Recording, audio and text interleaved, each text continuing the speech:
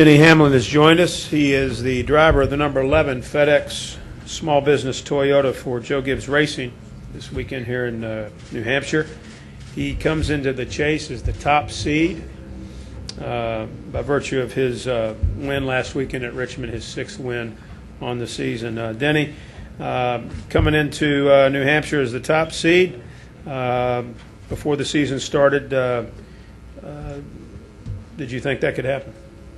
Well, we definitely knew it was a possibility, especially the way we ended last year. But just excited to get the chase going. We know we've been wanting this to get going for the last couple months or so, but we're at that point now, and excited about our chances. We feel like this is our best opportunity. Okay, we'll take questions for Denny right now. If you have one, raise your hand. We'll start front row with Mike Embry and then work our way around. Mike Embry, Speed.com. Denny, you talked some Wednesday in New York about your concerns about these opening couple of races and the fact you've gotten behind before. If somebody comes out and leads half the race, Sunday wins by a couple of seconds or so, does that throw everybody else into what happened kind of mode? Are you already trying to play catch up after one race if somebody's clearly dominant on Sunday? No, I don't think so. And even if it's us, there's so many different kinds of racetracks, and this racetrack in particular, there's none on the circuit anything like it. So I don't think you can really tell much about this racetrack as far as what's going to happen in the chase. I think you're going to have the same players up front here as you did probably in the spring or close to it.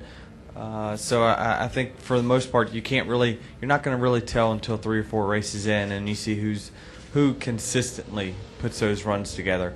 I'm sure whoever wins here this weekend, everyone's going to hail them as the favorite. So it's just part of what y'all do every year. Go ahead, Jay Hart's got one here, Ron. Jay Hart, Yahoo Sports. So Denny, obviously you're coming in as the number 1 seed. Why this year can you be the one to win the championship and unseat Jimmy Johnson? Why you? I think the biggest thing is that we're competitive everywhere. Competitive as in we can win races everywhere.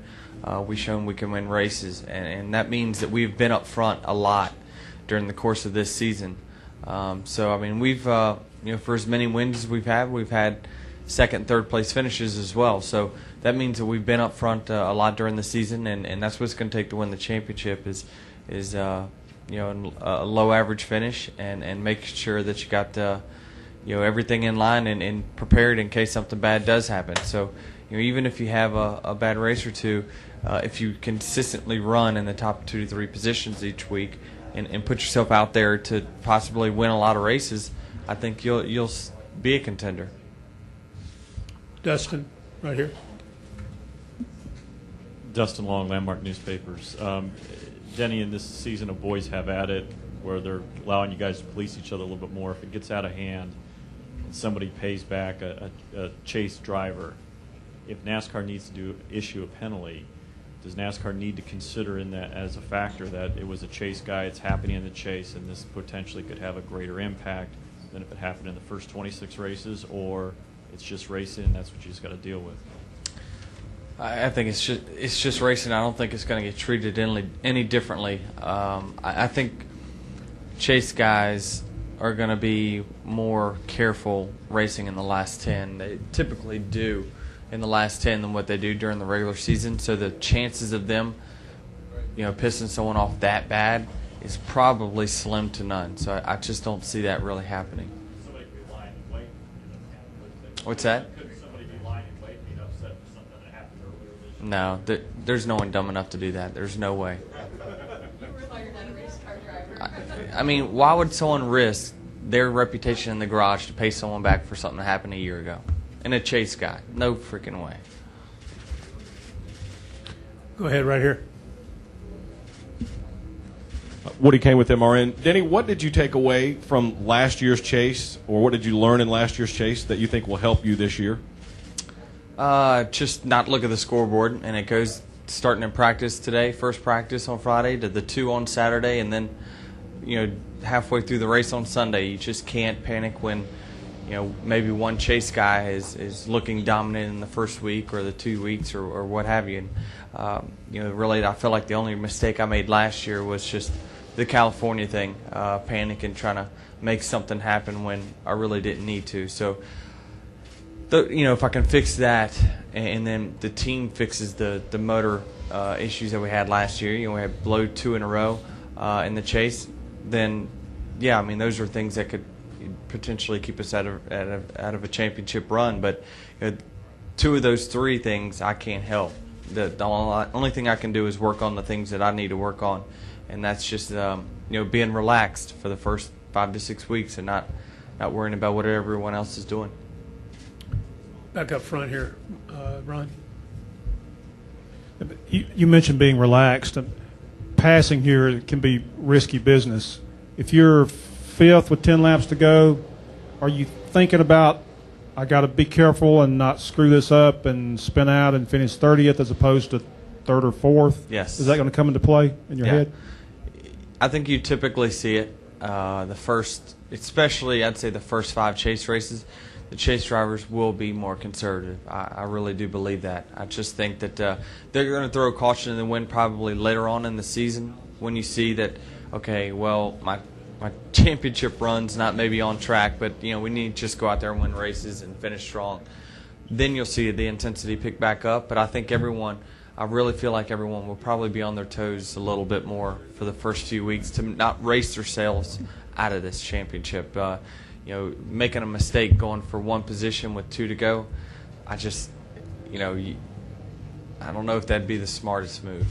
So conservatively aggressive. Basically, yeah. I mean, everyone's going to, I think, go through the middle parts of these first few races and run hard. But at the end, when they see where they're going to end up stacking up and seeing what potential their car has, say they have an 8th place car, I don't think you're going to see them making a 3 wide in the middle on the last couple laps trying to make up a couple of positions. I think it's just the risk versus reward, from my eyes, it's just not enough.